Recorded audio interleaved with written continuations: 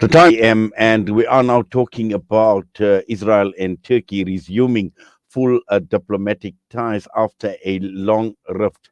But we knew for a long time that there was some relationship between Israel and Turkey, and I'm not too sure whether this has come as a surprise to many that we are now seeing full diplomatic ties, where historically we've seen Turkey supporting the likes of Hamas and also has been critical of Israel's policies towards the Palestinians. And there was a lot of hope. In fact, when one looks at Turkey itself, looking at the leader, looking at Recep Erdogan as well. And now questions are being raised is has Turkey been blowing a lot of hot air over a period of time in its criticism of Israel and after having now resumed full diplomatic rifts and were diplomatic ties. We joined on the line now by none other than Naeem Jeenah to unpack this very issue. Naeem, assalamu alaikum wa rahmatullahi wa barakatuh and welcome. Walaikum salam. Thank you, Nigel.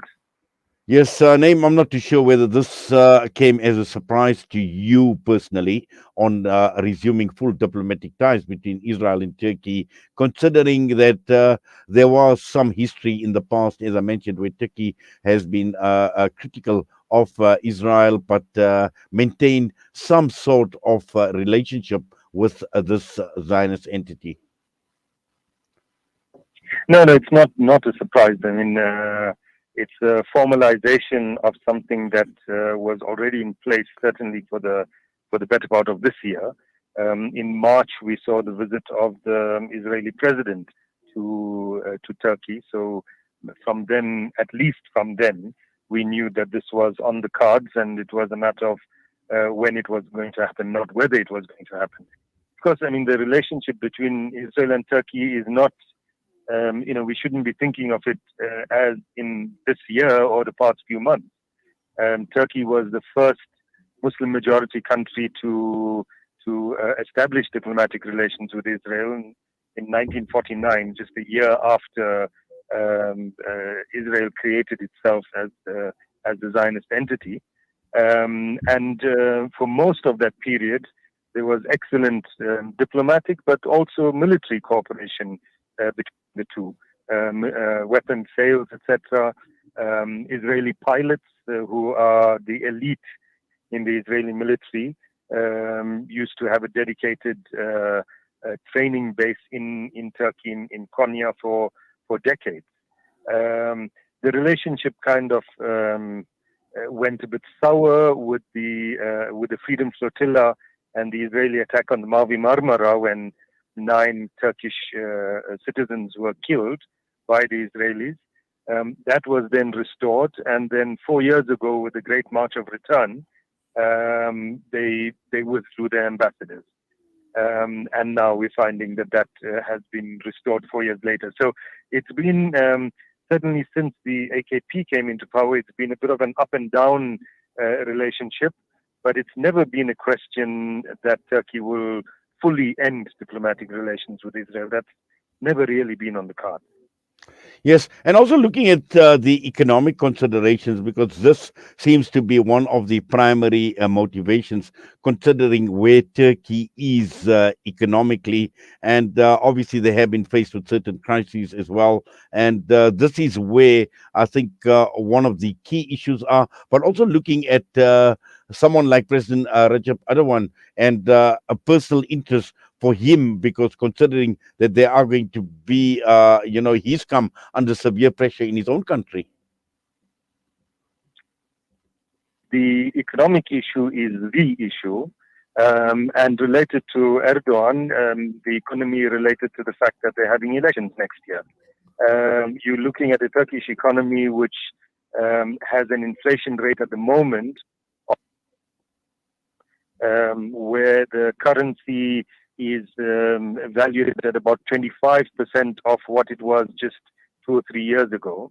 So the economy is taking a huge beating. And when you're going towards an election, as they are next year, with the ruling party won more than 50, got less than 50% in the elections and rule in a kind of coalition, a weak economy like this. So you're finding that the government is building these not new relations, normalizing relations or restoring relations with a number of countries that 2 years ago they would have been very aggressive against. Israel is one of them, but also Saudi Arabia, the United Arab Emirates, Egypt, the UAE and Egypt have been quite enthusiastic of late to restore these relations, and there's been calls for billions of dollars of investment by Saudis into the Turkish economy, etc. So the economy really is the big issue around this, with Turkey hoping that restoring relations with Israel will open up investment, etc., into its economy, not just from Israel, but from the United States and other places. And as I said, linked to that, the fact that Erdogan wants to win the election next year, so he can't go into an election with a 7. Yes, I think we are losing name slightly. Name, if you could just move around. We've just lost you towards the end, but just checking if you're still with us, Sorry name. about that. No, that's fine. I'm here. Can you hear? I can hear you. Yeah. Okay, name just and obviously the other issue is looking at it from the Palestinians' perspective, and they've seen this in the past with the likes of Morocco and the Emirates and Bahrain and all the other normalization that has taken place with Israel, and they've seen it as a kick in the teeth and being stabbed in the back.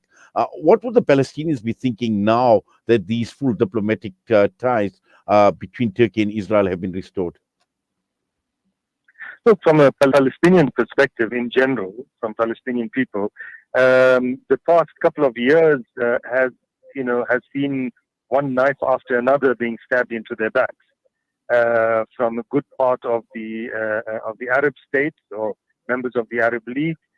Now Turkey, which of course is not a member of the Arab League, but a member of the OIC, the Organization for Islamic Cooperation, etc. So it's another kind of sense of betrayal. I think that the Turks are very keen to dispel the idea that they are doing the same thing to the Palestinians as the UAE, Egypt, Bahrain, etc. And so we found the Turkish foreign minister saying very pointedly that the position regarding the Palestinians will not change. That remains to be seen whether once you restore these kind of relations, and it's clear that your restoration of relations is because you are dependent on economic benefits out of that, whether that will mean that those relations with the Palestinians will continue in the same kind of way. They seem to be quite determined, at least publicly, from what they're saying, that, for example, they're not going to kick out Palestinian exiles that are living there, even people from, for example, the Hamas armed wing, etc. Again, it remains to be seen. But the fact that they are keen to show that there's a difference between their normalization and the normalization of the UAE, etc., I think is an interesting point to note. Well, it certainly is an interesting point. And just finally, Naeem, the comment that came through from Namik Tan, the former Turkish ambassador to Washington and to Tel Aviv, saying that the Erdogan's government accepts that isolating itself for ideological purposes has a very big cost. Now, this, when one talks about a cost benefit project or cost benefit exercise, and this is the way the Turks are actually looking at it. And I think this obviously one would question the morality of statements like these. Yeah, I mean, look, I don't know what of for ideological reasons. Ideologically, Turkey and Israel are both liberal or neoliberal states. Their economies function similar kinds of lines. Politically, they're quite similar. So I'm not sure that trying to suggest that there's a big ideological divide between the two is necessarily the case. Certainly, in terms of the AKP, their ideological position as a party might be closer to the ideological positions of various Islamist groups, including, for example, Hamas. But that's not the issue. I think that there is certainly after the AKP came into government, more kind of pro-Palestinian position that has emanated from the Turkish government. But that has been tried, and when it boils down to it, Turkey acts as all states do, which is that they act in their national interest.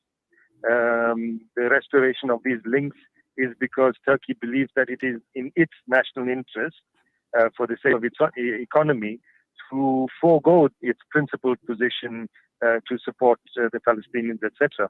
I mean, even after 9 Turkish civilians were killed on the Mavi Marmara, a few years later, those links were restored because it was in the national interest, even though they didn't get the kind of apology, etc., that they had originally asked for. Naim, I've just got a question that's come up on screen, and just before we let you go, I'd like you to address this question where the listener is saying many Muslims in South Africa have been looking up to Turkey as a moral compass. They mentioned in the Middle East, but I would assume it would be the Muslim world. Would you say that there are no permanent enemies in politics? That's the axiom, right? In politics, there are no permanent friends, no permanent enemies, only permanent interests. Look, I think that I understand why many Muslims in South Africa feel that way. My view is that Turkish politicians are like politicians everywhere, and we should be very cautious about politicians, particularly politicians who want to suggest that their politics is based on Islam and therefore to win over Muslim support, and particularly politicians who claim that their positions are based on Islam and want to win over global Muslim support. In general, I am very suspicious of such kind of politicians, because at the end of the day, people will be disappointed because they will act in the interest of their politics, in the interest of their party's positions, and in the interest of their national interest, as we are seeing in this case. So I think that Muslims in South Africa and elsewhere who feel that Erdogan is some kind of a Muslim savior need to really be much more sober and cautious about how they address politicians in general and Muslim politicians in particular.